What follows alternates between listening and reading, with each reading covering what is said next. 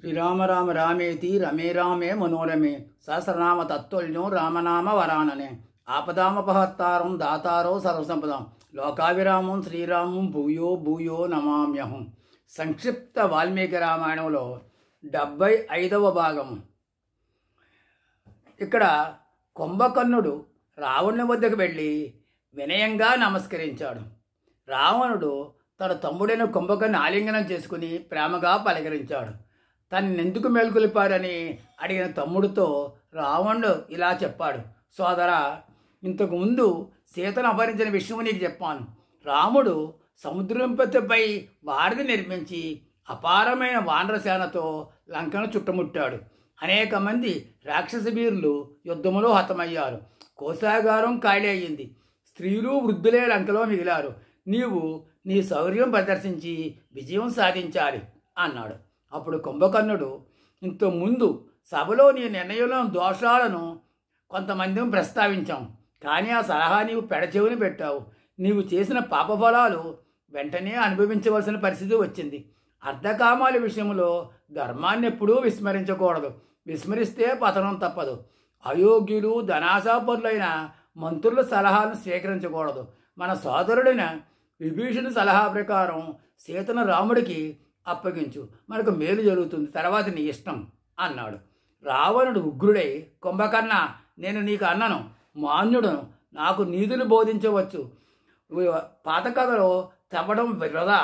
నా మీద నీ గౌరవం ఉంటే నీ పరాక్రమం ప్రదర్శించి నాకు విజయాన్ని సంపాదించి పెట్టు. ఆపదలు ఆదుకున్నవాడే ఆప్తులవుతాడు అని అన్నాడు. అన్నగారికి కోపం వచ్చిందని గ్రహించినటువంటి కుంభకర్ణుడు ఇలా అన్నాడు: మహారాజా, జరిగింది మర్చిపోండి. నా బొందులో ప్రాణం ఉండగా మీరు ఆందోళన చెందవలసిన అవసరం లేదు. నాకు సైన్యము కూడా అక్కర్లేదు, ఏ ఆయుధాలు అక్కర్లేదు. దేవతలు కూడా నా ముందు నిలవలేరు. రామలక్ష్మణుని చంపి వానరసి వీనులను భక్షించి తిరిగి వస్తాను అన్నాడు. అంతటా మహోదరుడు, కుంభకర్ణ, మహారాజుకు రాజనీతిని బోధిస్తున్నావు ఎందుకు? ఆయనకు విషయాలన్నీ తెలియవా? కొన్నిసార్లు పాపకర్మలు కూడా సత్ఫలితాన్నే ఇస్తాయి. సీతాపహరణం మహారాజు దృష్టిలో దోషము కాదు. మరొక్క విషయం, నువ్వు ఒంటరిగా యుద్ధానికి వెళ్ళవద్దు. జనస్థానంలో రాముడొక్కడే వేల మంది రాక్షసులను సంహరించాడు. రాముని సామాన్య మానవునిగా భావించవద్దు అన్నాడు. మహోదరుడు రావణునితో ఇంకా ఇలా చెప్పాడు: ప్రభు, కుంభకర్ణుడు, నేను, ద్విజుడు మొదలైన వీరులను వెళ్ళి రామునితో యుద్ధం చేస్తాం. మేము జయిస్తే సీత మీకు దక్కుతుంది. ఒకవేళ మేము జయించలేకపోతే రక్తసిక్తమైన దేహాలతో వచ్చి రాముడిని సంహరించామని ప్రకటించి మీ పాదాల వద్ద పడతాం. మీరు నగరమంతా ఆ విషయం చాటింప వేయించండి. మృత్యువుకు బహుమతులు ఇవ్వండి. మీరు అశోకవనానికి వెళ్ళి అనునయ వాక్యాలతో సీతను ఓదార్చి దివ్య వస్త్రాలతో అమూల్య ఆభరణాలతో ఆమెను ప్రలోభపెట్టండి. రాజభోగాలు అనిపించిన సీత అట్టి భోగాల కోసం మీకు వశమవుతుంది అని తప్పుడు సలహా ఇచ్చాడు. అప్పుడు కుంభకర్ణుడు కోపంగా, మహోదర, ప్రతిభ లేకున్నా వీరులమని భావించే నీలాంటి పరికిలా వాళ్ళ వల్లే ఇలాంటి దుస్థితి వచ్చింది. మీరు రాజుకి మిత్రుల రూపంలోని శత్రువులు. ఈ కుటిలనికి నాకు నచ్చదు అని అన్నాడు. అప్పుడు రావణుడు, మహారాజా, నాకు ఇతని సలహా నచ్చలేదు. నేను వెంటనే యుద్ధభూమికి వెళ్ళి శత్రువులను కడదేరుస్తాను. నాకు అనుమతినివ్వండి అని కుంభకర్ణుడు రావణునితో అన్నాడు.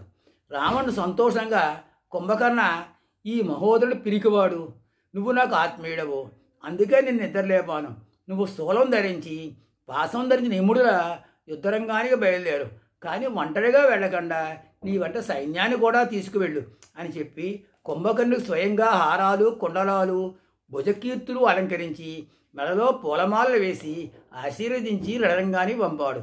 కుంభకర్ణుడు శూలం తిప్పుతూ ఉత్సాహంగా చతురంగ బలాలతో కదనంగానికి వెళ్ళాడు. తన రూపాన్ని ఇంకా భయంకరంగా మార్చుకున్నాడు. 100 ధనుసుల లావు, 600 ధనుసు ఎత్తుగల రూపాన్ని ధరించాడు. ధనస్సు అంటే 4 మూరలు అని అర్థం.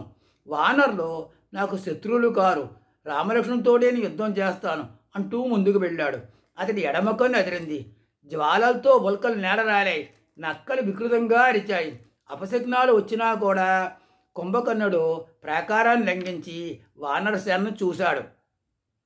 కుంభకర్ణుని రూపం చూసినటువంటి వానరులు పారిపోసాగాడు.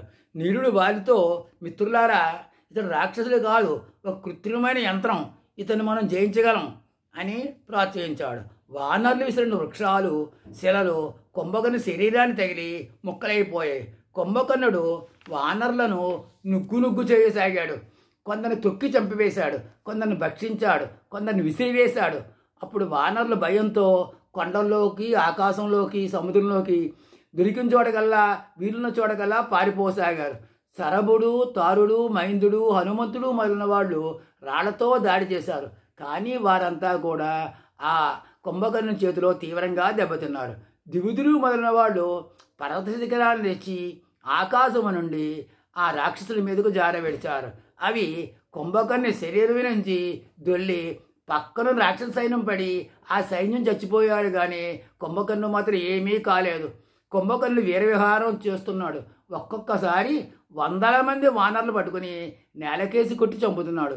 హనుమంతుని వక్షస్థలంపై శూలంతో కొట్టాడు. శరభుని ముష్టిగాదాలతో కొట్టాడు. నీరుని మోకాళ్ళతో పోల్చాడు. గవాక్షుని అరచేతితో కొట్టి గంధమాదుని కాలితో తన్నాడు. అంగదునిపై శూలం విసిరాడు. అంగదుడు తప్పించుకుని కుంభకర్ణుని గుండెలపై కొట్టాడు. కానీ ఆ రాక్షసుని పిడికిలి పోటుకు అంగదుడు మూర్చిపోయాడు. సుగ్రీవుడు వచ్చి పెద్ద పర్వత శిఖరంతో కొట్టగా ఆ శిల కుంభకర్ణుని శరీరానికి తగిలి పిండి పిండి అయిపోయింది. కుంభకర్ణుడు 1000 బాహువుల బరువు గల శూలాన్ని సుగ్రీవుడి మీదకి విసిరాడు. కానీ దాని మధ్యలోనే హనుమంతుడు అందుకుని ముక్కలు చేశాడు. కుంభకర్ణుడు పర్వత శిఖరంతో సుగ్రీవుడిని కొట్టాడు. సుగ్రీవుడు మూర్ఛపోయాడు. వానర ప్రభు అయిన సుగ్రీవుడిని తీసుకుపోతే వానరులు పారిపోతాడని, రాముడు ఒంటరివాడు అవుతాడని తలచిన కుంభకర్ణుడు మూర్చిపోయిన సుగ్రీవుని ఎత్తుకుని లంకలోనికి తీసుకుపోసాగాడు. సుగ్రీవుడిని చూసి హనుమంతుడు ఇలా మొదలుపడ్డాడు. వానరరాజైన సుగ్రీవుడిని తాను విడిపిస్తే సుగ్రీవుడు దాన్ని అవమానంగా భావించవచ్చు. స్పృహలోకి వస్తే సుగ్రీవుడు తను తానే బయటపడగలడు. అలా కాకపోతే అప్పుడు చూద్దాం అనుకుని జాగ్రత్తగా గమనించసాగాడు. సుగ్రీవుడిని పట్టుకుని నగరంలోనికి వస్తున్న కుంభకర్ణుని ఆహ్వానిస్తూ రాక్షసులు కుంభకర్ణునిపై పన్నీరు పువ్వులు జల్లారు. చల్లటి పన్నీటి స్పర్శ తగలగానే సుగ్రీవుడు స్పృహలోకి వచ్చి ఒక్క ఊపులో బంధం తెచ్చుకుని తప్పించుకుని వాడిగాళ్లతో రెక్కి పళ్లతో కుంభకర్ణుని చెవులు ముక్కు కొరికి రివ్వుని ఎగిరి రాముని వద్దకు వచ్చాడు. కుంభకర్ణుడు అప్పుడు ఒక గద చేతబట్టి రణరంగానికి మళ్ళీ వచ్చి విజృంభించాడు. లక్ష్మణుడు ప్రయోగిస్తున్న బాణాలను లక్ష్య పెట్టకుండా రాముని వైపు వెళ్ళాడు. రాముడు రౌద్రాస్త్రం ప్రయోగించాడు. ఆ అస్త్రం వక్షస్థలంపై తగిలినా కూడా లెక్క చేయకుండా కుంభకర్ణుడు అడ్డు వచ్చిన వానరులను సంహరిస్తూ భక్షిస్తూ ముందుకు వస్తున్నాడు. ఒక గిరిశిఖరాన్ని అందుకుని రామునిపై విసిరాడు. ఆ శిలను రాముడు 7 బాణాలతో కొట్టి ముక్కలు చేసి, కుంభకర్ణ, ధనస్తో సిద్ధంగా ఉన్నాను, నిన్ను మృత్యుముఖాన్ని పంపే రాముని నేనే అన్నాడు. కుంభకర్ణుడు అంతటా, రామ, నేను విరాధుడు కబంధుడు వల్ల అల్పమైన ప్రాణి కాదు, దేవతలను జయించిన ఈ ఇనపగదం చూశావు కదా, నీ పౌరుషం చూశాక నిన్ను భక్షిస్తానులే అన్నాడు. రాముడు ప్రయోగించిన బాణాలను కుంభకర్ణుడు లక్ష్య పెట్టలేదు. 7 సాలవృక్షాలను ఛేదించిన వారిని సంహరించిన రామబాణం ఇతని విషయంలో వ్యర్థమైంది. తన గదతో రాముని బాణాన్ని ఎగరగొట్టాడు. రాముడు వాయువ్యాస్త్రాన్ని అభిమంత్రించి ప్రయోగించగా గద ధరించిన ఆ కుంభకర్ణుని చెయ్యి తెగి కింద పడింది. ఒక గావుకేక పెట్టి కుంభకర్ణుడు తన 2వ చేతితో ఒక సాలవృక్షాన్ని పెరిగి రామునిపై దాడి చేయడానికి సిద్ధపడ్డాడు.